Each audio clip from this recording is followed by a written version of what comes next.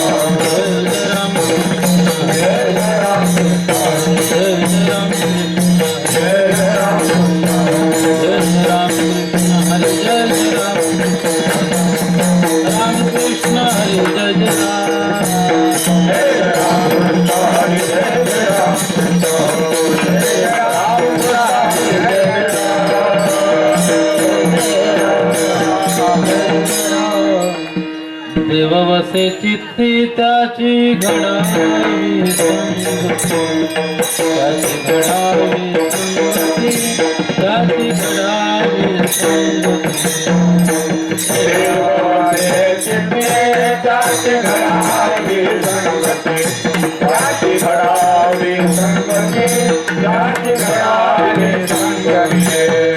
आवडते मना देवा पूर्वावी वासना देवा पूर्वावी वासना देवा पूर्वावी वासना आवडते मना देवा पूर्वावी वासना देवा पूर्वावी वासना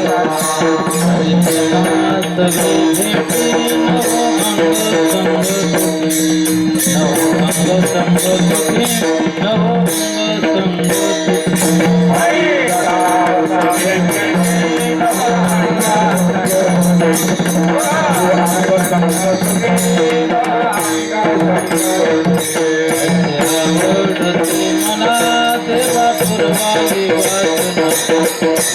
वासना देवा पूर्वावी वासना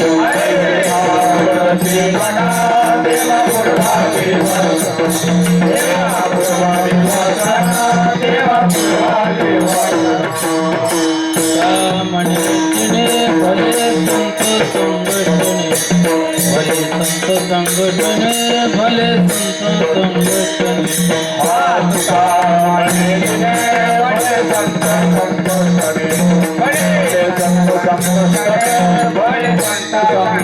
ऐसे आवडते मना देवा पूर्वावी वासना देवा पूर्वावी वासना देवा पूर्वावी वासना ऐसे आवडते मना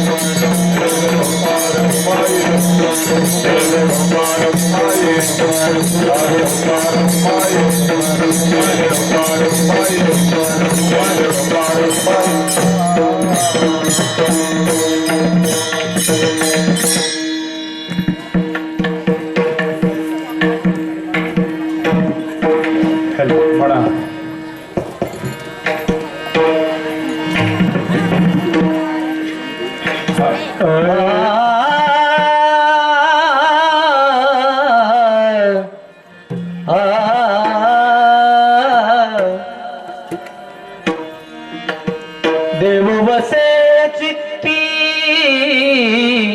देव वसे चित्ती देव वसे चित्ती देव वसे चित्ती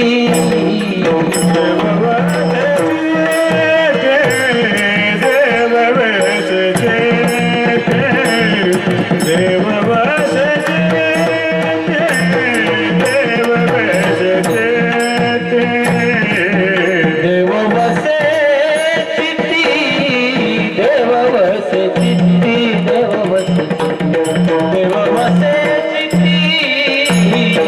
देव वसे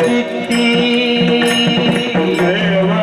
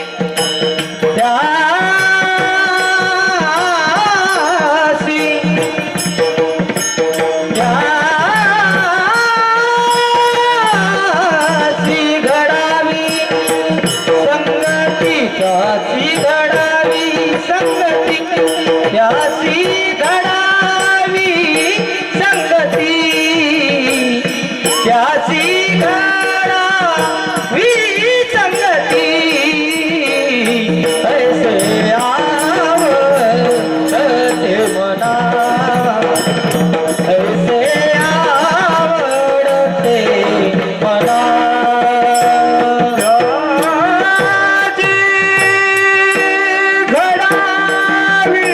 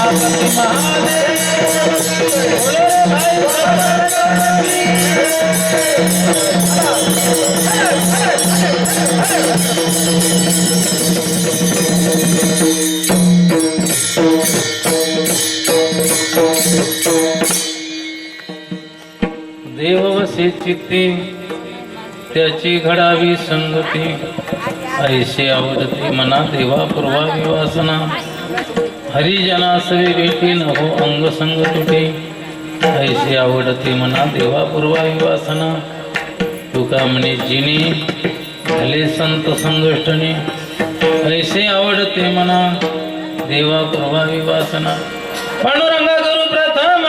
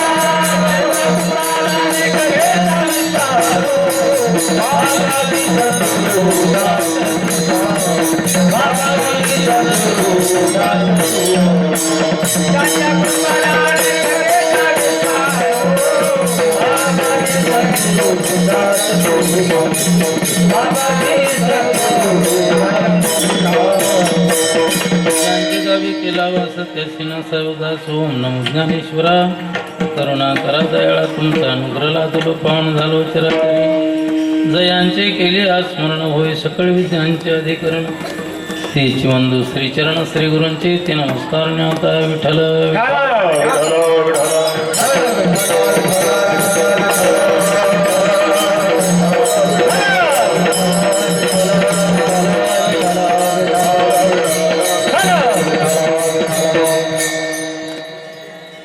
देव वसे चित्ती त्याची घडावी संगती ऐसे आवडते मना देवा कृपावी वासना प्रस्तुत कीर्तन रूपी सेवेकरता घेतलेला अभंग देहूचे सुप्रसिद्ध साधू वैराग्याचे मूर्तिमंत पुतळ व्यक्तीचे जिव्हाळे अशा असणारे तुकोबाराय यांचा 4 चरणाचा अभंग असून मागणीपूर्व प्रकरणातील आहे.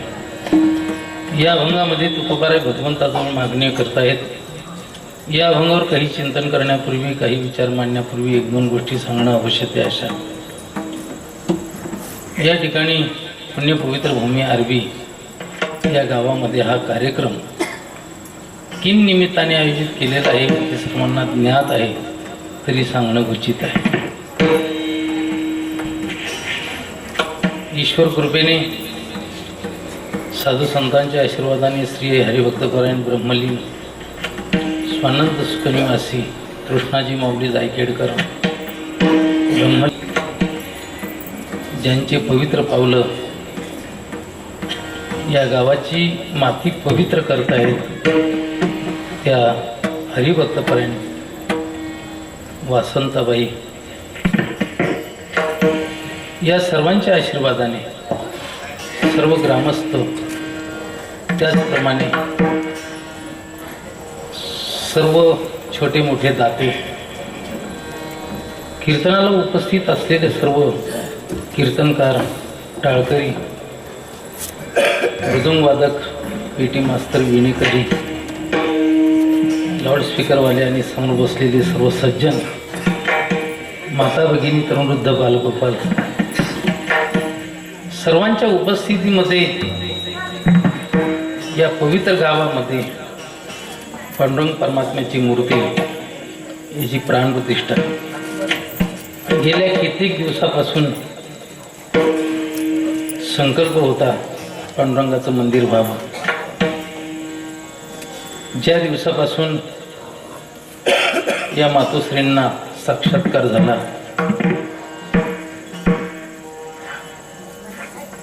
की कितीतरी दिवस जागेवरून उठता येत नव्हतं आणि पांडुरंग परमात्म्यांनी प्रत्यक्ष या ठिकाणी येऊन त्यांना उठवलं, चालायला लावलं. आवाज कमी ठेवा. चालायला लावलं, आरोग्य दिलं आणि त्या पांडुरंग परमात्म्याच्या पावलाने ही भूमी पवित्र झाली. ज्या जागेवर ते पांडुरंग परमात्मा उभे राहिले त्या जागेवर त्याची खूण म्हणून ते सोडून गेले.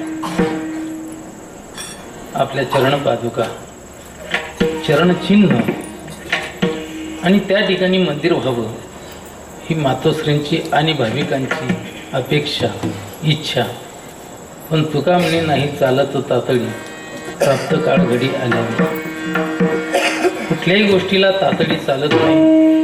योग्य काळ, योग्य वेळ, योग्य घडी आली की मग त्या गोष्टी घडून येतात. योग्य काळ आला, योग्य घडी आली, योग्य वेळ आली. दात्यांच्या मनामध्ये भगवान परमात्म्याची स्फूर्ती झाली आणि ज्यांचा पैसा, ज्यांची वस्तू त्यांना अपेक्षित होती परमात्म्याला, त्यांचा पैसा त्या ठिकाणी मंदिराला लागला.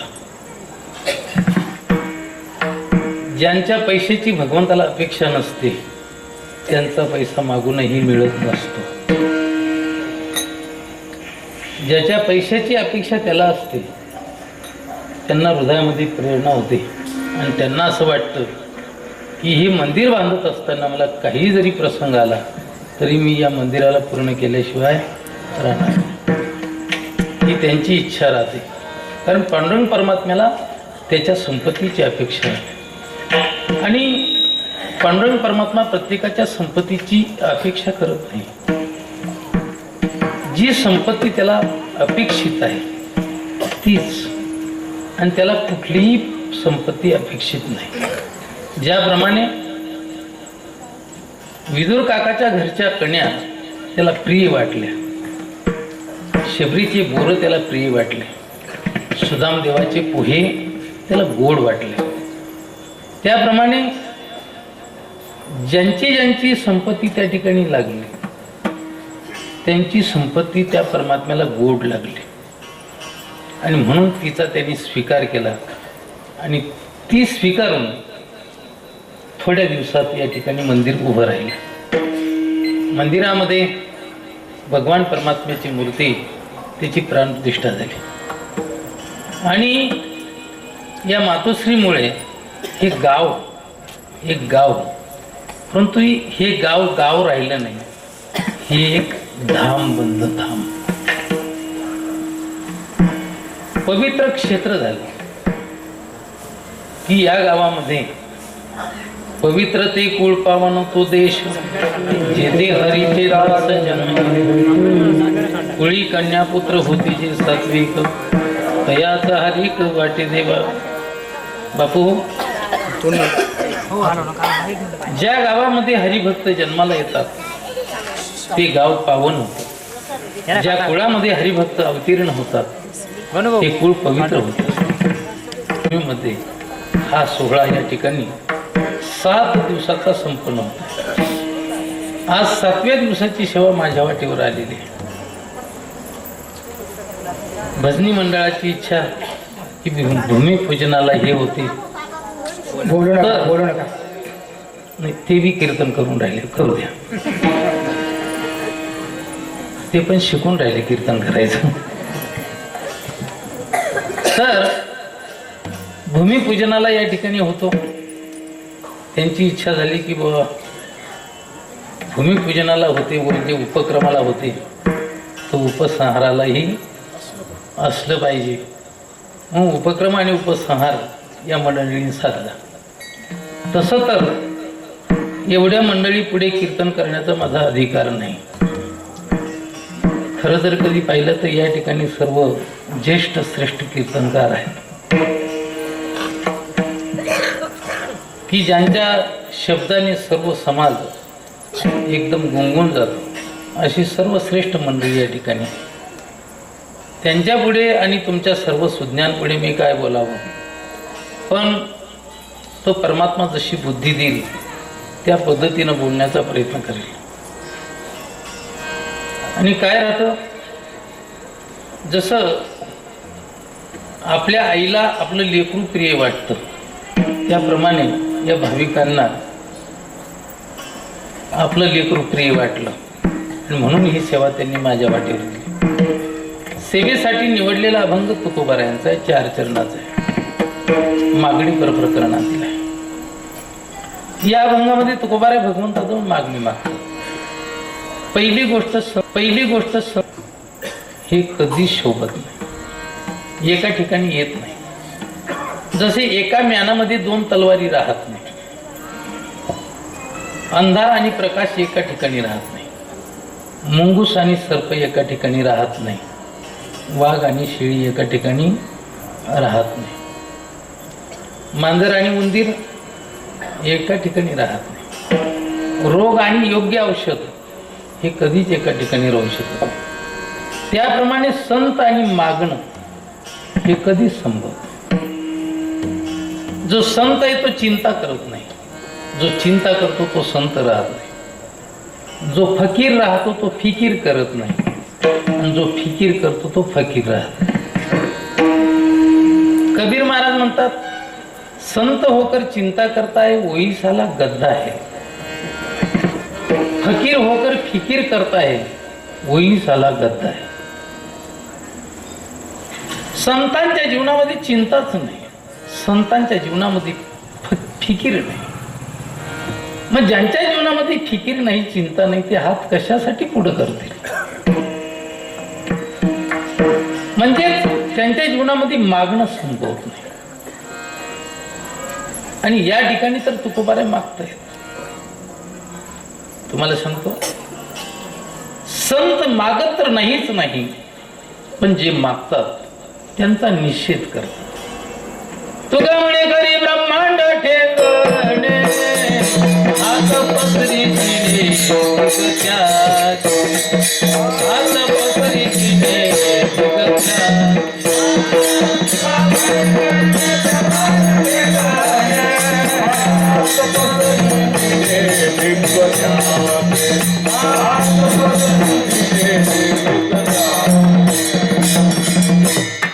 जो हात पसरतो त्याची जीवनाला धिक्कार असतो.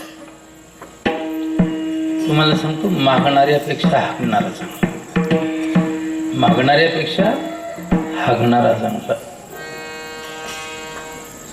मागणारा त्याची मान खाली राहते, देणारा त्याची मान ताट राहते. मागणारा त्याचा हात खाली राहतो, देणारा त्याचा हात वर राहतो. फक्त एकच वस्तू अशी आहे की देणाऱ्याचा हात खाली राहतो, घेणाऱ्याचा हात वर राहतो. एकच वस्तू आहे अशी की देणारा खालून हात करतो आणि घेणारा वरून हात करतो. ते कोणतं असेल तर तपकीरची डबी. तपकीरच्या डबीवाल्याचा हात खाली राहतो आणि घेणाऱ्याची चुकती अशी वरून राहते. बाकीचं सर्व जे दान आहे ना, ते दान घेत असताना बापू खाली हात करावा लागतो. महाराज, ज्या वेळेला कीर्तनाचं श्रीफळ घेतलं जातं त्यावेळेला कसं कसंच वाटतं, कारण हात खाली जातो. एवढं सुंदरपैकी ज्ञान लोकांना द्यायचं आणि शेवट हात खाली करायचे, बेकार वाटत. म्हणून तर तुकोबाराय म्हणतात ना, भिक्षा पात्र अवलंबाने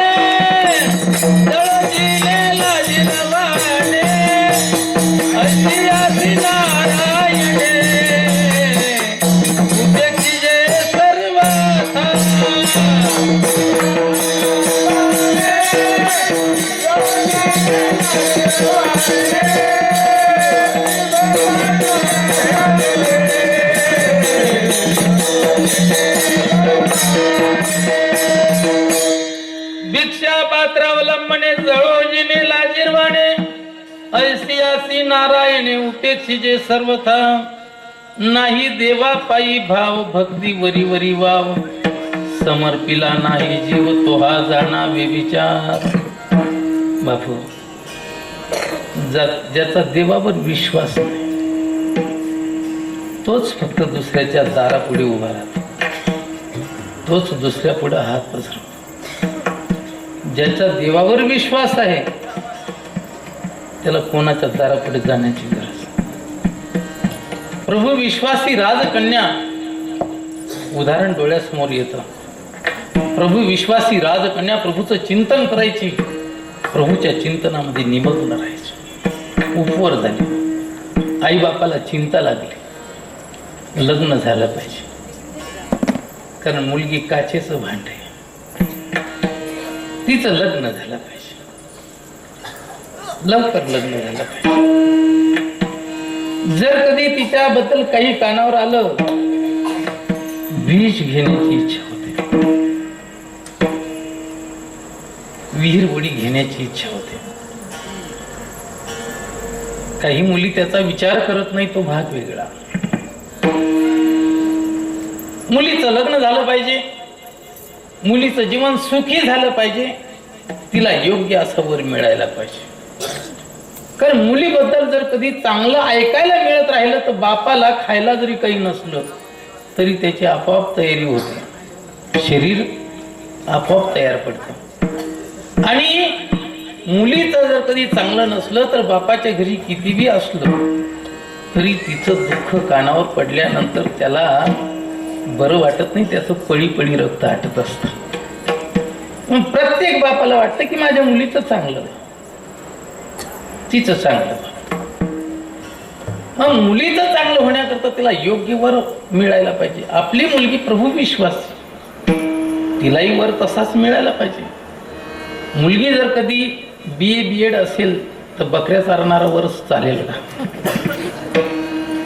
मुलगी जर कधी इंजिनिअरिंगला असेल तर मंडपाच्या खुट्या ठोकणारा पोरगा चालेल का? योग्य वर पाहिजे. मग आपली मुलगी प्रभू विश्वासी, मुलगाही तसाच पाहिजे. पण असा मुलगा कसा शोधायचा, कुठे मिळणार? तेवढ्यातच चिंता करत असताना दाराशी एक साधू तरुण तेजे पुंज मूर्ती, काळ्या कुट्ट जटा, दाढी, ब्रह्मचर्याचं तेज लखलखत होत. त्याचं वलय असं चेहऱ्याच्या अवतीभोवती दिसत होत. आणि तो ब्रह्मचारी त्या ठिकाणी भिक्षा मागतोय. भिक्षाम दे पार्वती. वा, ब्रह्मचारी आहे, विचारावं लग्न करेल का? महाराज, आपलं ऐश्वर्य काय? माझं ऐश्वर्य झाडाखाली राहतो, जंगलात राहतो, गवताच्या शेवर झोपतो, ज्ञानामृताचं भोजन करतो आणि शरीर निर्वाहासाठी भिक्षा मागून घेतो. बस सतत करता सत्संग, गंगेचं स्नान, अंगावर जेवढे वस्त्र आहेत तेवढेच, आणि लज्जा रक्षणार्थ लंगोटी, याच्यापेक्षा दुसरं काहीच ऐश्वर्य माझ्याजवळ नाही. कारण अडचण ही साधूचं ऐश्वर्य असतं आणि भरभराट ही संसारिकाचं ऐश्वर्य असतं. संसाराच्या घरी, संसारिकाच्या घरी संपत्ती शोभून दिसते, साधूच्या घरी संपत्ती शोभून दिसत. माझं ऐश्वर्य असं आहे. वा, खूप चांगलं आहे. मुलीला विचारलं, असं आहे साधूचं ऐश्वर्य, करायचं का त्याच्याशी लग्न? आणि त्याच्याशी 2 शब्द बोलून घेते. परत दोघांची बातचीत झाली, दोघांची पसंती झाली. पण साधूला विचारलं, तुम्ही लग्न करणार का? म्हणले जर कधी परमार्थाला पोषक मिळाली पत्नी तर करू लग्न, आणि जर कधी परमार्थाला पोषक पत्नी मिळाली नाही तर काय उपयोग. कारण एक जण गेला कबीर महाराजांजवळ, महाराज मी लग्न करू का. त्यावेळेला महाराजांनी भर दिवसा 12 वाजेच्या सुमाराला अंगणामध्ये शेली विणत असताना बायकोला सांगितलं दिवा लावून आण. बाईनं दिवा लावून आणला.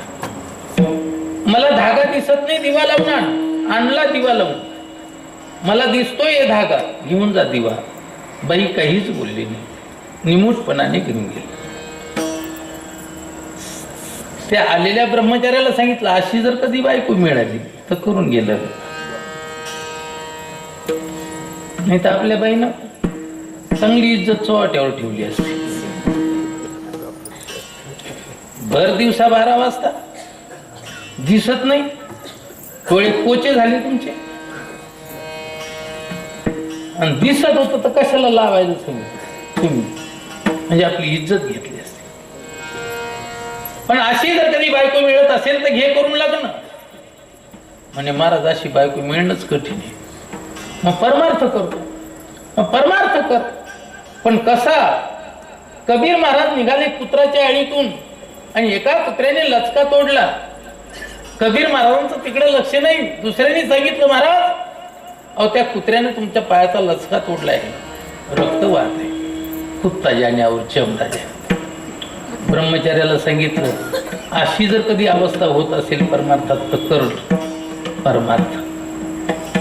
म्हणले अशी अवस्था होत नाही ना, अशी बायको मिळत नाही, मग विहिरीत उडी दे.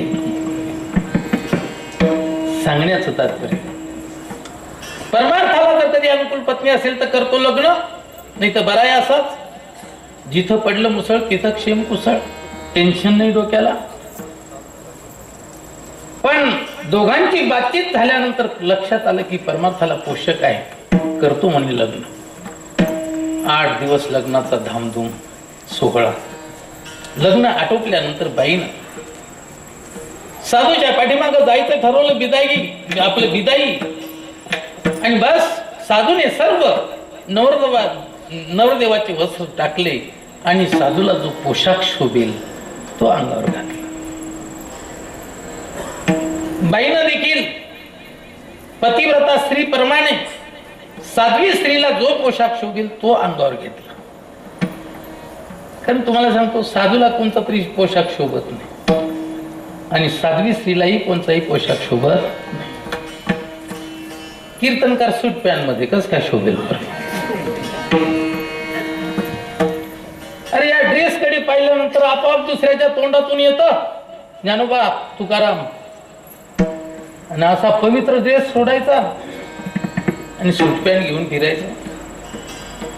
असो बस निघाली बाई पतीच्या पाठीमाग आणि भगवान परमात्म्याचा आभार मानते, भगवान परमात्म्याची कृपा मानते. परमात्मान सुंदर जोडा दिला, आता जन्मभर तुला विसरणार नाही, सतत करता परमार्थ. आणि बस मस्त पैकी जंगलामध्ये आले. वृक्षवल्ल्यामा सोयरी वनचरी, पक्षी सुस्वरे आळवेती, येणे सुखे रुचे एकांताचा वास, नाही गुण दोष ही चांगा आनंद. संध्याकाळी कंदमुळे खाल्ली, गवताची शेया त्याच्यावर झोपायचं. सत्संग केला, सुंदरपैकी भगवंताची लीला त्या ठिकाणी गायली आणि दोघंच्या दोघं भगवत चिंतन करत करत झोपले. साधू सकाळी लवकर उठता. पहिले प्रहर में सब कोई जागे, दूसरे प्रहर में भोगी, तीसरे प्रहर में तस्कर जागे, चौथे प्रहर में जोगी. 6 ते 9 सर्व जागे राहतात. 9 ते 12 भोगी लोक, 12 ते 3 चोर तस्कर आणि 3 ते 6 साधू. महाराज साधू कधीच सकाळी झोपलेला राहतो. काही कीर्तनकार 9 वाजता उठतात.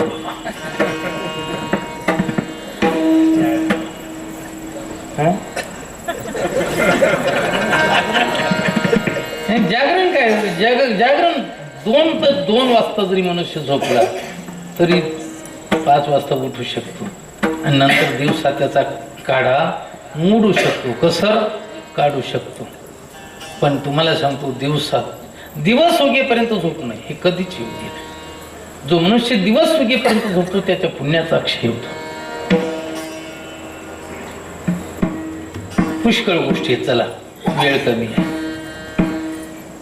साधू लवकर उठल्यानंतर स्नान करण्याकरता पंचा घेतला आणि गंगेवर गेले.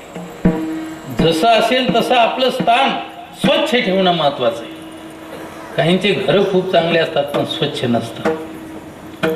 जसं असेल आपलं स्थान तसं स्वच्छ ठेवणं हे अतिशय महत्वाचं आहे. जी व्यक्ती स्वच्छता ठेवते त्याचं अंतःकरण स्वच्छ होतं. स्वच्छता पाहिजे, स्वच्छता आवडली पाहिजे. बाईनं जे होतं ते स्थान स्वच्छ करायला सुरुवात केली आणि स्वच्छ करता करता 2-4 दगड आणि त्या 2-4 दगडाच्या खाली थोडेसे तुकडे, भाकरीचे थोडेसे तुकडे, आणि ते तुकडे पाहिले बाई लागली रडायला जोरजोराने. इतकी जोरजोराने रडायला लागली की तिच्या रडण्याचा आवाज त्या साधूच्या कानावर गेला. साधू झपाझपा आंघोळ करून पावलं उचलीत त्या ठिकाणी झाडाखाली. काग का रडते? विश्वासघात केला तुम्ही माझा. तुझा विश्वासघात? अरे विश्वासघात मी आजपर्यंत कोणाचा केला नाही, तुझा? हो विश्वासघात केला तुम्ही माझा. म्हणले कस काय? म्हणले हे तुकडे कशासाठी? म्हणले एखादी दिवस जर कधी मधुकरीला जाण्याचा कंटाळा आला तर हे तुकडे खाऊन घ्यायचे आणि प्रभू चिंतन करून घ्यायचं याच्यासाठी. म्हणजे तुमचा प्रभूवर विश्वास नाही. तो प्रभू सर्वांना देतो मग तो खातो. सकळ जीवांचा करीतो सांभाळ, तुझं मोकलीले ऐसे नाही. असा तो परमात्मा, त्याच्यावर तुमचा विश्वास नाही. जिथं तुकडे खपले नाही भाऊ तिथं कीर्तनकाराचे बँकेतले पैसे कसे खपतील?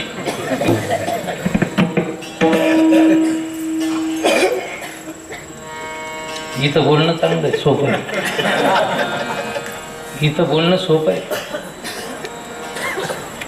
अनुकरणात आणणं फार कठीण. बोलता सोपे वाटे, करणी करता टीर करावे. नवे वैराग्य सोपारे, मज बोलताना वाटे खरे. विष खावे ग्रासो ग्रासी, धन्य तोची एक सुशी. तुका म्हणे करुणी दावी, त्याचे पाय माझे जीवी.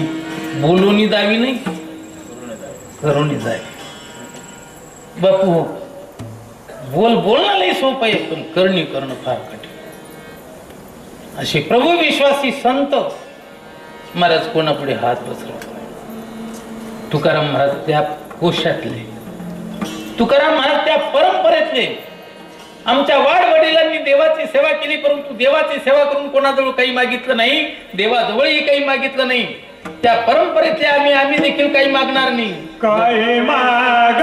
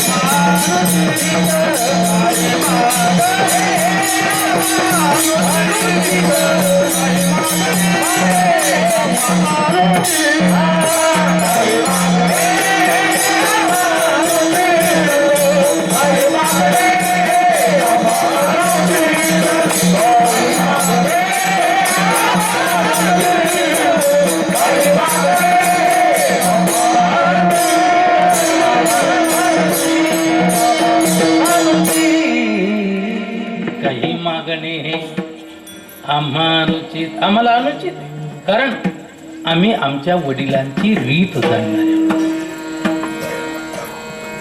जे खरे मुले असतात ना ते वडिलांच्या नावाला कलंक लागू देतात. शांती रूपेनो हे कुणाचा वाईट वाढवी महत्व वडिलांचे. जे खानदानी मुलं असतात ना ते वडिलांच्या नावाला कलंक लागेल असं वागत नाही. आमच्या वाडवडिलांना खाली पायची पाळी असं ती वागत नाही. आमच्या वाडवडिलांनी भगवंताची सेवा केली, भगवंताजवळ काही मागितलं नाही. कोण आमचे वाडवडील? प्रल्हाद, नारद, पराशर, पुनर्यक, व्यासांबरीश, शुकशानक, भीष्मदालभ्याम, रुक्मांगद, अर्जुन, वशिष्ठ, विभीषणादीन पुण्यानिमान परम भागवतां स्मरामी. हे आमचे वाडवडील. त्याच्यात पहिला नंबर प्रल्हाद. भक्त प्रल्हादाने भगवंताची सेवा करत असताना किती किती संकटाला तोंड दिलं, पण सेवेपासून बाजूला झाले. तुम्ही आम्हाला जर कधी दम दिला एखाद्या दारुड्याने, खबरदार जर कधी उद्यापासून या ठिकाणी हरिपाठ केला तर हरिपाठ बंद. आमच्या तामसवाडीला महादेवाच्या मंदिरात तसं झालं. हरिपाठ करणारे 25 जण होते आणि दम देणारा एकच होतं दारुडे. पण एका दारुड्याने 25 लोकांचा हरिपाठ बंद केला. म्हणजे आपली भक्ती कशी आहे? जसं तुम्हाला सांगतो, मुंगीला मुताचा पूर आडवा आला तरी तिला तो उल्लंघन करणं शक्य नाही. आपली भक्ती तशी. थोडस जरी संकट आलं ना तरी आपण भक्तीपासून लांब. पण भक्त प्रल्हादावर किती संकटाची परंपरा घरच्या लोकांनी रचली. संकट आले नाही, आणले, तरी पण भक्ती सोडली नाही. शेवट भक्त प्रल्हादाला विचारलं हिरण्यकश्यपूने, का रे, मी तुला मारण्याचे एवढे प्रयत्न केले, तू मरत नाही, तुझा रक्षण करता कोण आहे? म्हणले तो परमात्मा. तो राहतो कुठे? म्हणले तो राहत नाही कुठे. एरू म्हणे काष्टी पाशानी सफल आहे वनमाळी जेथे ते सर्व ठिकाणी तो आहे.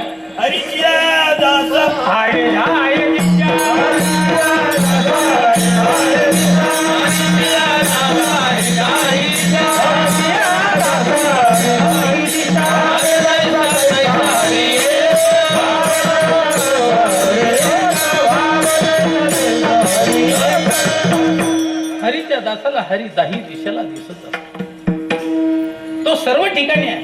म्हणले या खांबात आहे का? म्हणले ओ खांबात आहे. खांबावरील असं मारिले दुर्जने, स्तंभी नारायण प्रगटला. खांब गुरगुर करत होता. या दुर्जनाने खांबावर लात मारली. लात मारल्याबरोबर त्या ठिकाणी भगवान नरसिंह त्या ठिकाणी प्रगट झाले आणि हिरण्यकश्यपूला उचलला. त्याचे जेवढे वर होते तेवढे त्याच्याकडून वधून घेतले. तुला दिवसा मरण नको, रात्री मरण नको. रात्री का दिवस आहे? नाही, संधी काळ आहे, म्हणजे संध्याकाळ. बघ, मी माणूस आहे का पशु? कारण तुला पशुपासून आणि माणूस पासून मरण नको होतं. मी माणूस आहे का पशु? वर पाहिलं तर पशु, खाली पाहिलं तर माणूस. माणूस बी नाही, पशु बी.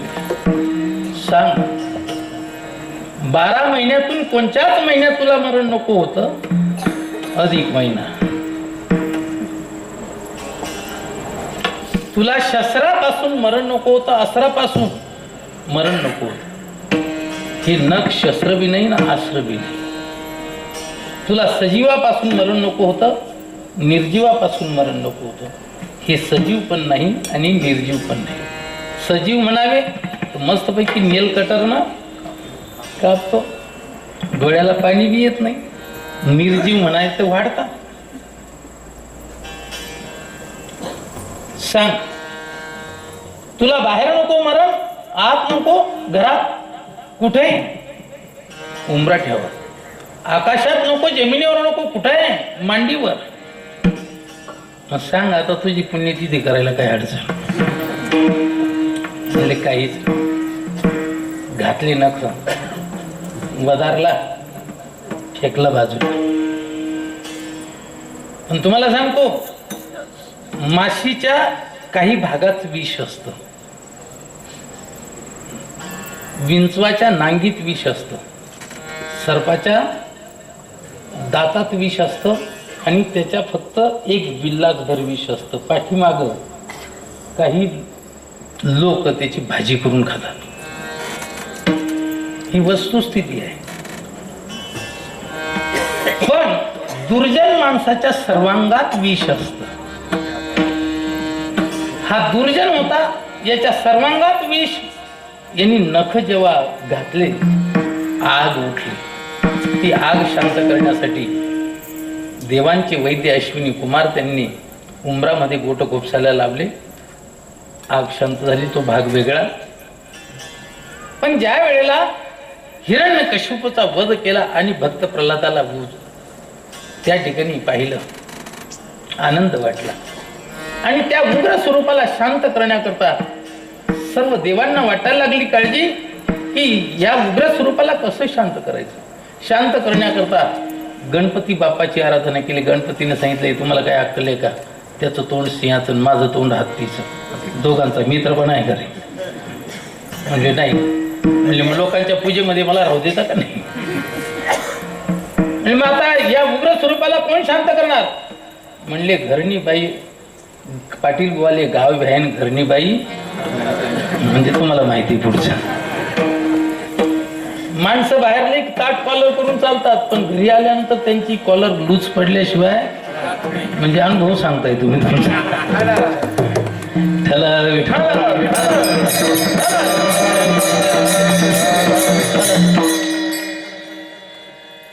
त्या बाईच्या कानावर घालू लक्ष्मी जवळ गेले.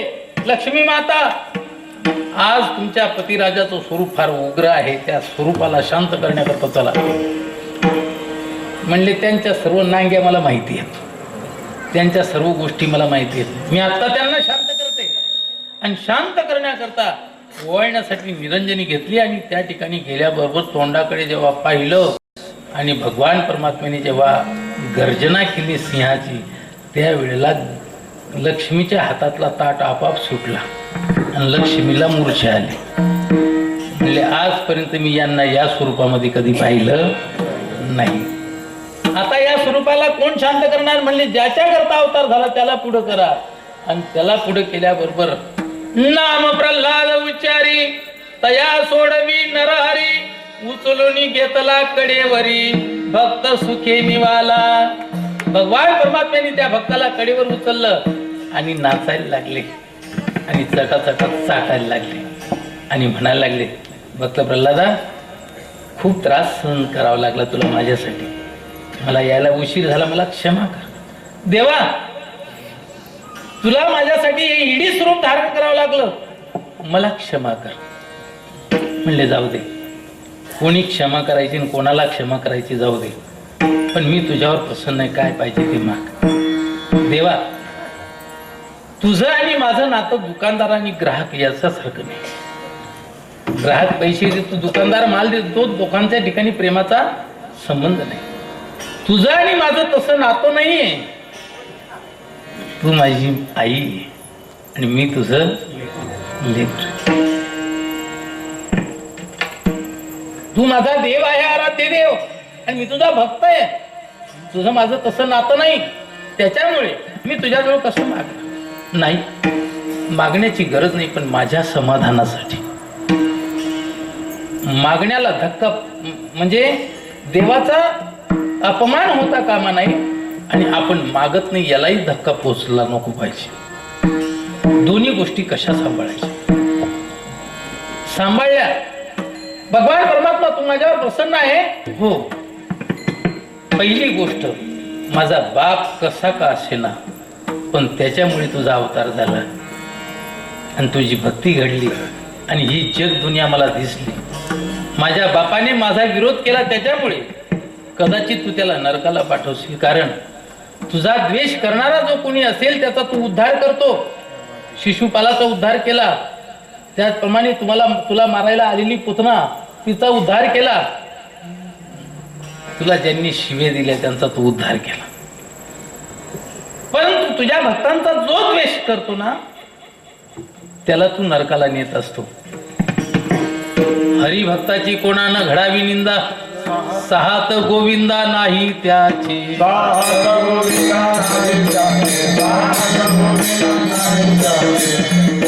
तुम्ही भगवंताच्या अंगावर शेण मारून फेकलं तरी त्याला आनंद वाटतो, परंतु तुम्ही जर कधी वासंत आईच्या अंगावर शेण मारलं ना त्याला सहन होणार नाही, कारण त्याला हरिभक्ताची निंदा सहन होते. मग माझ्या बापाने, मी तुझा भक्त, मी हरिभक्त, मला त्रास दिला त्याच्यामुळे तू कदाचित नरकाला नेशील. तर माझी तुला विनंती आहे, माझा बाप कसा काय असेना माझ्यासाठी तो चांगला आहे, माझ्या बापाचा उद्धार झाला पाहिजे. हे सर्व मुलांनी लक्षात घ्यावं. बाप कसा का असेना तो बाप आहे, आणि आई कशी का असेना ती आई. त्यांचा त्याग कदापि होता कामा नाही. जे त्याग करत असतील त्यांच्यासारखे पापी तेच. तुका म्हणे पाप माय नावडीच्या बाप, ज्यांना आईबाप आवडत नाही त्याचंच नाव पाप आहे.